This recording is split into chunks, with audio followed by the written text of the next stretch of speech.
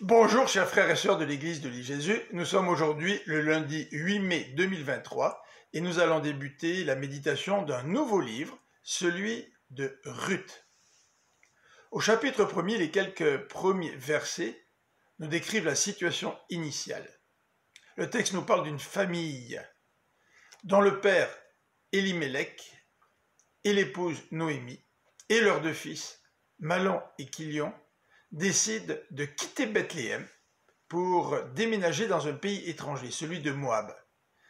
Bethléem en hébreu signifie la maison du pain. Et probablement que Bethléem était entouré de champs qui leur permettaient d'avoir de bonnes récoltes de blé pour avoir du pain. Mais cette année-là, les habitants de Bethléem ont fait face à une famine. Les récoltes n'ont probablement pas été aussi bonnes que d'habitude.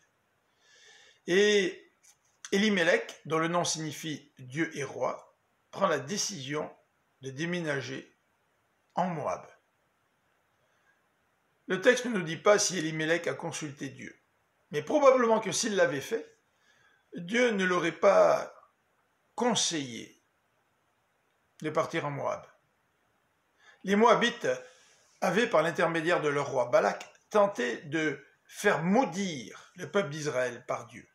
Il avait engagé le prophète Balaam, mais Dieu était intervenu. Et devant l'échec de ce plan, les Moabites ont essayé d'entraîner les Israélites dans l'idolâtrie alors que le peuple campait dans les steppes de Moab. Le Deutéronome 23, verset 4 nous dit que l'événement a été si terrible que les Moabites ne seront jamais admis dans l'assemblée de l'Éternel.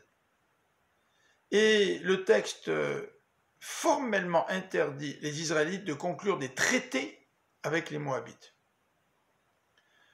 Donc voilà, cette famille arrive chez les Moabites.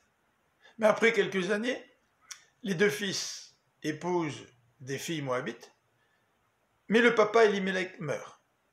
Plus tard, Mahlon et Kilion, les deux fils, meurent à leur tour. Noémie, la mère, se trouve donc seule avec ses deux belles-filles. Mais l'intrigue va se développer dans les versets suivants. Noémie apprend que Bethléem est sorti de la famine. Elle décide de se mettre en route avec Orpa et Ruth, les deux belles-filles, pour revenir à Bethléem en Juda. Mais Noémie tente de dissuader ses deux belles-filles de la suivre, en leur disant « Vous n'avez pas d'espoir avec moi. Moi, je ne peux plus avoir d'enfants, je ne peux plus avoir de fils, pour vous les donner comme mari, pour qu'ils puissent vous donner une descendance. Retournez dans votre pays, refaites votre vie dans votre pays. » À sa première tentative, les deux belles filles, après bien des pleurs, décident de continuer d'accompagner Noémie. Mais Noémie insiste. Les deux belles filles pleurent de nouveau et Orpa décide de rentrer chez elle. Alors que Noémie essaye encore de convaincre Ruth de retourner chez son peuple, Ruth lui dit ceci. « Partout où tu iras, j'irai. Ton peuple sera mon peuple. Ton Dieu sera mon Dieu. Là où tu mourras et tu seras enterré, moi aussi, là je mourrai et je serai enterré. » Noémie cède. Les deux femmes arrivent à Bethléem et provoquent beaucoup d'émoi au sein de la population.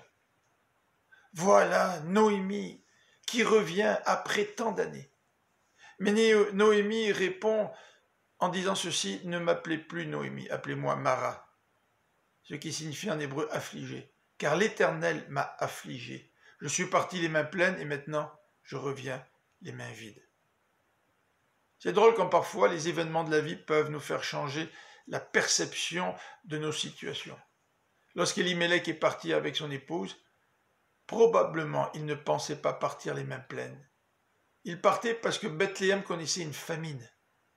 Mais après toutes ces années, le décès de son mari et de ses fils, Noémie reconnaît qu'à l'époque, même avec la famine, ses mains étaient pleines. Je vous souhaite une bonne fin de journée. À demain.